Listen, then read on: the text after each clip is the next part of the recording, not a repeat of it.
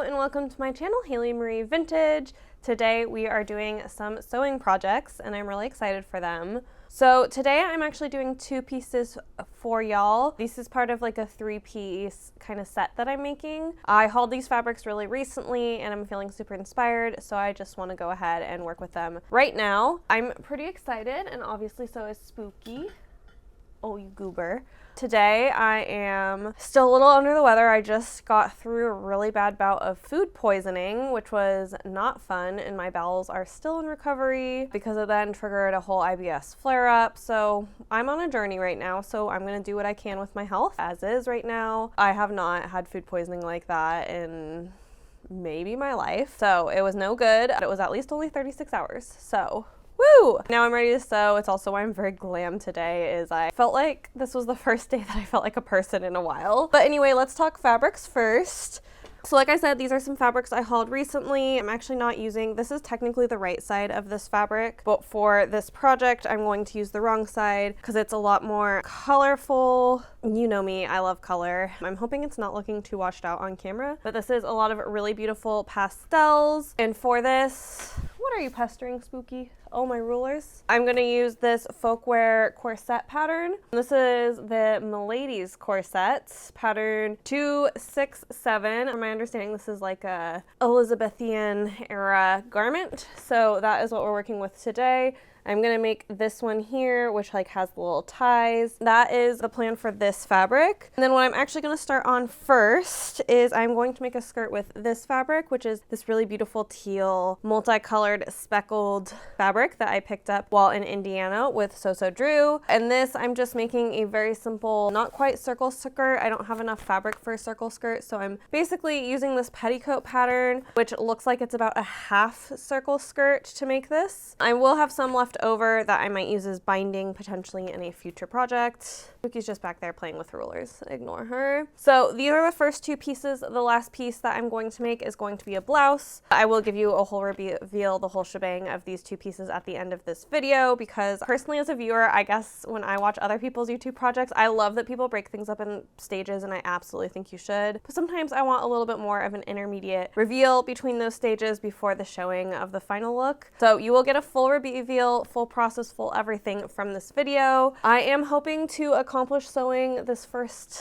bit in the next 2.5 days, so we'll see how it goes. I had originally set across 4 days, but obviously the food poisoning happened. With that, today my goal is to cut out the fabric for the skirt and make the skirt, and then to cut out the fabric for the bodice. So that is the plan. Wish me luck. I can do it. I believe in myself. So let's hop to it. First, I am cutting out the skirt pattern. I am cutting it with an extra 1/2 inch on each side to give me an extra couple inches. And then I just have to cut the waistband. This is a very nice project because I only have to cut 2 pieces, which if you know me, you know I hate cutting fabric. So you know this was a great thing for me. I realize now I just lied because I did have to cut pockets. I decided I wanted to at least have one side of pockets on the skirt. So here I am actually putting that in. I have made marks. I drafted this pocket myself. I drafted it a touch too small, so I'll go back to the drafting board on these pockets. I am inserting them. The way I like to insert is I like to first sew them to the skirt. In this case, you're doing, again, right sides together. And then after that, you'll press them after clipping some corners, and then you will again pin everything right sides together. You then sew down both the line of the skirt as well as around the pocket. This pattern called for a 1/2 inch seam allowance, so that is what I am using. And then to finish the pocket, I am just using a zigzag stitch around it. I like to use a zigzag stitch because it gives the pocket extra durability as well as finishing the edge. My chosen finish for this garment is pinking, which you can see here. And then of course I am pressing all my seams open as well as pressing the pocket to the front of the skirt. I am then repeating that on the other side of the skirt where the zipper will go, first pinking and then pressing it open. To prep the zipper, I am first ripping out all the seams of the basting that I did. And then after that, I am real quick inserting some zipper tape in. I just like this because it makes my zipper a little bit firmer. And then after this, I am putting this using my usual zipper method, which is to start up at the top with just the first bit pinned and then go all the way around, making a lapped zipper, but not using pins because that is just what works best for me. Sometimes you don't have to use pins, and that's totally okay. It was then time to move on to the waistband. With the waistband, I am quickly pressing on some interfacing. I did not measure this waistband. I just cut like the widest part of the fabric to make this waistband, and I went with 2 inches instead of, I think it was about 1.5 inches that the pattern called for, because the pattern was a petticoat and the petticoat was not the width that I wanted for like a not petticoat skirt. And then after that, I'm going to just pin this waistband to the skirt. I am leaving a 1/2 inch seam allowance on one side because I will eventually close that up, and then I will make a little tab on the other side. You can see me making that little tab on the other side here by sewing around those 3 sides and meeting the seam where the skirt seam starts for the waistband to the skirt. I am then pressing the raw edge up into the waistband. This will eventually get covered by folding over the opposite edge, and then I am also going to iron in half. Eventually I will hand stitch these down. Next up, I am hemming the skirt. I have been able to try it on in this stage so I can see exactly where I want it to hit. So first what I'm doing is I'm just doing a quick fold up hem around the edges by just turning it 1/4 to 1/2 inch and going all the way around. This felt like it took forever because this is obviously a very flared skirt. And then after I put in the like stitches to keep it down, I then putting in basting stitches. Excuse the spooky purring sounds. She won't get out of my lap no matter how many times I move her. And then here what I'm doing is I am easing in the hem by using those basting stitches. I learned this trick in a pattern a really long time ago, and it is my preferred way to hem a round hem. So I am pulling on that and getting everything eased in. I need this to be 3 inches. In retrospect, I could have probably gone 1 inch longer and it would have made the easing in process better. However, this is what we did, and it did work. It just definitely took more time and patience. After that, it's time for all the hand stitching. First going around the waistband using slip stitching, and this one I don't care because I'm catching the seam allowance down below it, so it can be as thick as I want. But then I did do the hem, in which I did kind of like that catch stitch because I only want the tiniest amount of thread to show, so it will be an invisible hem. And then after using my buttonhole foot to put in the buttonholes, which I somehow didn't put on camera, I am putting in some fray check on both sides so that way these buttonholes won't cause me problems. And then the last thing I do before I wrap this skirt up is put on the buttons. I have a sparkly nice white button that will show on the outside and just a plain brown button on the inside. This is just going to help keep the tab from flipping up. I leave this long of a tab in case I need to alter the skirt in the future. I have a little extra room for the waistband because I have like an extra 2 inches on this. And then it is time for me to cut the bodice that I'm going to make. So this bodice needs a lot of layers. It needs first the outer layer, which is this beautiful paisley fabric, and then I will cut it out of interfacing as well as a lining. While I do that, this is your reminder that I do have a Ko-Fi where you can go over and buy me a coffee. I put a lot of time and love into this channel. All right, good morning. I'm pretty excited about the progress I made yesterday. This is the fully done skirt, and I've tried it on. I love how it fits. I'm really excited about it. I could have maybe done the hem a little neater. I'm pretty pleased overall. The other thing I've done this morning is I've been experimenting with eyelet tools to try to figure out how to get my eyelets done really neatly for this project. I went to Joann's and I bought this snazzy guy. I have no doubt it's gonna hurt my hand. So this one is actually the proper size for the eyelets I chose for this project. I came across a ton of vintage eyelets that are colors and I want to use some for this project. It is a good thing to have the correct tool, but I really prefer, I have like a mallet based one that I use for slightly bigger eyelets that I prefer just because this like motion isn't the best for my hands, but like a mallet works pretty well. And then the last thing I picked up at Joann's is it's this Pellon thin fleece lining. I picked this up because after reading the instructions this morning, I understood the purpose. They call this underlining, and it's so the boning doesn't like show through to the front, and I don't want the boning to show through for the front. So they recommended a heavyweight flannel like for home projects. My fabric store that carries that isn't open today. I went to Joann's and I picked up this, and hopefully this will work okay. This feels like a lot of layers. This is gonna be 4 layers plus boning, but I do really want to do a good job on this project. I don't want to half-ass it, so I've decided this is what I'm gonna do to make that work. And I was able to get it kind of on sale because I took the rest of the bolt, and then I'll have this, I guess, around for like coat projects or anytime I need that extra squish. I actually have kind of a lot of different corsets on my mind right now, so this might not be a bad thing to have around because of how much structure it will add. I am going to cut out my pieces on this and then get started sewing this morning. It is currently almost 10. I had hoped to get started about an hour early, but the whole Joann's trip put that in jeopardy. Now I'm gonna get started, and I'm still hopefully gonna finish this project today, but it kind of feels a little bit ambitious to do a whole corset in a day, so we'll see how far I get. After cutting that inner lining I just picked up, it is now time to focus on the lining pieces, which is of course both the interfacing and the lining. Here I am fusing the interfacing to the lining using a iron. This took forever. I do not love this step. However, I knew it was important to make the bodice look nice. The other thing I did here was I did trim the interfacing all the way around the edges, so that way there would be less stiffness in the seam allowance.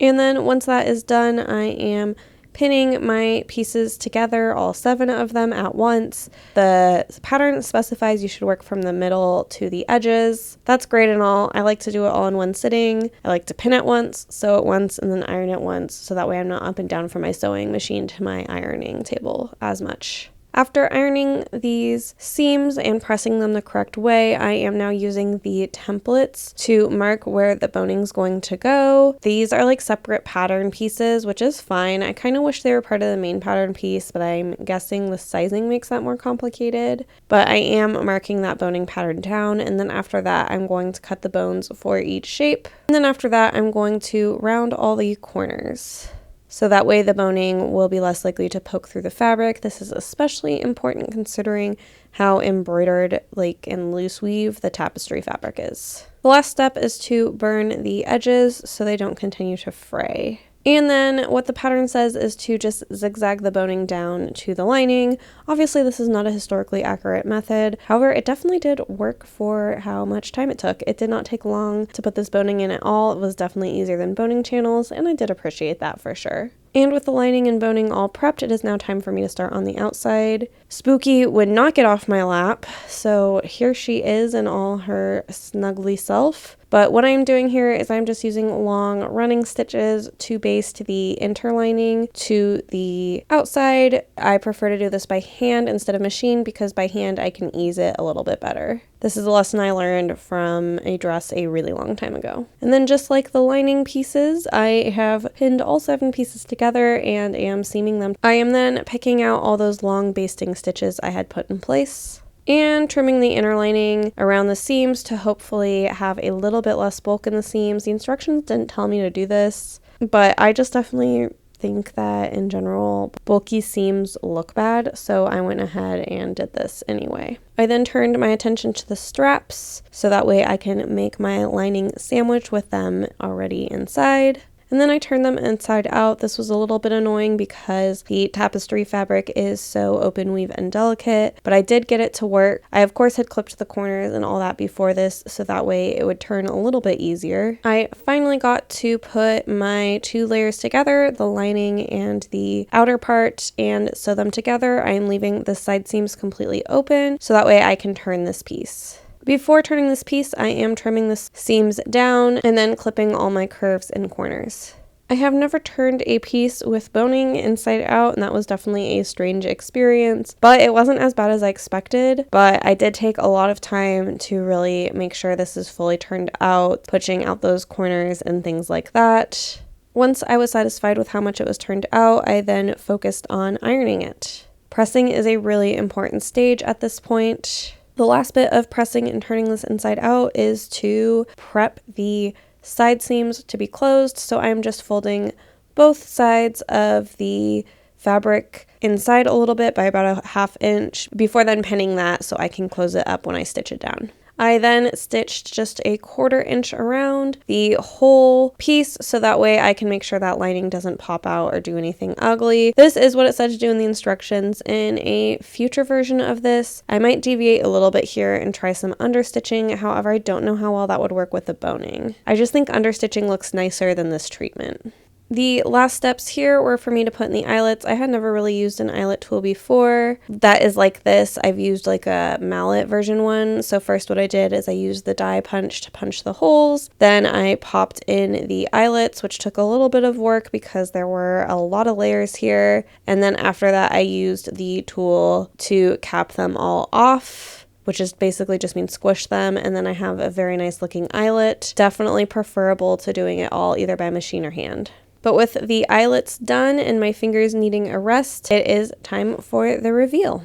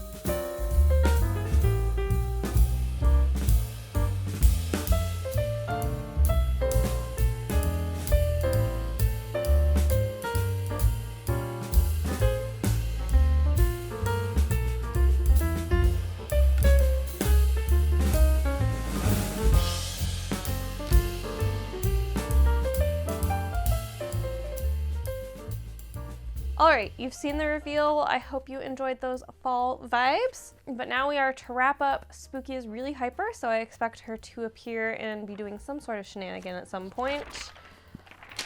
I, as always, have my spreadsheet, and we're going to go through our cost breakdown before going through the wrap-up thoughts. So for this skirt, I spent $31.26 on fabric, $5.55 on notions. This is like button, zipper, interfacing, and then the pattern was $19.81. This cost per use is going to go down really fast because, I guess, spoiler alert, I love this skirt. I'm going to be making a ton, so I'm sure I will be dividing this a ton. And that brings us to a supply total of $56.62. Honestly, high quality skirts with this much yardage cost more than that often, so I'm pretty happy with that price. And then, of course, here on this channel, we talk about labor. This skirt took me 3 hours and 15 minutes to make. So what I'm going to do is I am going to multiply that by Seattle's livable wage, which is the wage at which point you can pay rent, buy food, and even save a little extra money for emergencies. I consider that a living wage, and I think it's really important to note that the minimum wage is not a living wage. I'm going to multiply that 3 hours and 15 minutes by $32.70, which brings me to a labor total of $106.28. This brings me to a grand total of $162.90 for this skirt. While this is cotton and I haven't worked with wool yet, I will make this skirt in wool in the future. I do think this is still a vaguely reasonable price for a high quality skirt like this. I can't say that like I personally would pay it because it only takes me 3 hours to make a skirt like this. When you think about like the more ethical brands, this is often where they're pricing their skirts at, and I think that makes total sense. As far as the corset goes, we're gonna go through that next. For the corset, I have, oh God, Spooky, come here. Okay, ma'am. For the corset, I knew Spooky was going to be here with shenanigans. Wow, how many times am I going to say for the corset? All right, for the corset, one last time. The fabric for this was $23.94 for brocaded fabric, and then $6.50 for the cotton fabric I used. Fabric total is $30.44. As far as notions, this one used a lot more notions because I did need a interfacing and an inner lining, which I would both consider like interfacings, not fabrics, which is why it's not in the fabric count. Plus then the thread and boning I used, so that is a total of $19.13. cents. As far as the pattern, my friend sent me this pattern, so it was free, so that's $0 for me. Again, make friends with people, make sure they know you sew. You might get some free things. Huge shout out to Heather for sending me this pattern. I didn't plan to use it so soon, but when it showed up on my doorstep, I was like, wow, this is perfect for the project I've been thinking of. So that brings me to a total supply of $49.57. Considering what it normally costs to buy like an Elizabethan corset, I think this is a great price for me. Those are usually like over $100. I'm more than happy with this price for me, and it's in my like favorite color palette, so it's an added bonus. Bye, Spooky. And then as far as labor goes, this corset was not as labor intensive as I expected. I think that's because you could machine stitch in the boning and didn't do boning channels. I will do boning channels, I'm sure, again in the future, but I'm not gonna lie, it was pretty nice not to. So this corset only took me 6 hours and 45 minutes. I know, only. I just was surprised. I was expecting this to take a lot more time than it did. So again, we are multiplying it by that $32.70, which is again the livable wage in Seattle. And that brings us to a labor total of $220.73, which brings us to a corset total of $270.30. Again, this feels fairly on par with what you see ethical corset makers charge for something like a historical corset. I know I'm constantly popping around online looking at historical corsets and thinking, darn, that's expensive. I think I'll figure out how to make it, because it is like not within my personal budget to pay someone else a living wage to make it. And now we're gonna head into the wrap up. I am going to spoiler alert you. I am so pleased with both these pieces. I literally just took them off my body, so they do not necessarily look the nicest. I wore them to work today. They were pretty comfy. Starting with this skirt, I'm gonna make like 6,000 of these skirts. Just kidding, you don't need 6,000 skirts in your wardrobe, but I do plan to make 2 or 3 more using this pattern. This pattern worked really well for me, and with the addition that I made on the sides for, I think it was a extra ½ inch, so giving me an extra 2 inches. This skirt fits perfectly in a comfy way. I might dial it back just the tiniest bit to like 3/8 of an inch. I think I could use it a little bit tighter, or I am debating in my next round learning how to put elastic in the back, so I just have that little extra tightening for when I need it. But then if I want to tuck in something like a sweater, I still can. So that's my thoughts on this skirt. I wore it, it's comfy, I love it. I actually did, it turns out, love the length, which is perfect. I'm really happy with this piece. I have no comment. And I guess that basically goes for this corset. So I can pretty much lace this one up fairly tightly along the back, which was my goal, because I do feel like I'm in the middle of a lace weight fluctuation right now. So this will be good because I can wear it if I'm a little bit smaller, and I can also wear it if I'm a little bit bigger. So I think this will be really adjustable and great for that. I adore how it looks. I feel really, really, really cute in this corset. I can tell you I will definitely be using this pattern again. I think it worked really well for me. I have a bunch of different corset and bustier patterns I plan on using throughout the next year just to try them out, because I just have found my tops, skirts, and things work better if I feel like I have like a vest or a corset to put on it. Like, I just have an easier time making an outfit with that third piece, which makes no sense. You would think if I can't put 2 pieces together, it would be extra hard to add the third, but because I'm so excited about the corsets, I figure out how to make it work. I wouldn't change the fit for the next one. I think having it go a little wider on the stomach area was a good call for me. It maybe sticks out a little bit in the front more than it should. Like, in theory, I could probably like tighten that up. However, I don't know that I personally think I'll find that worth it, because I would rather just have the comfort. Like, I still think it looks cute for the comfort, and I think if I tightened it up, it might feel a little like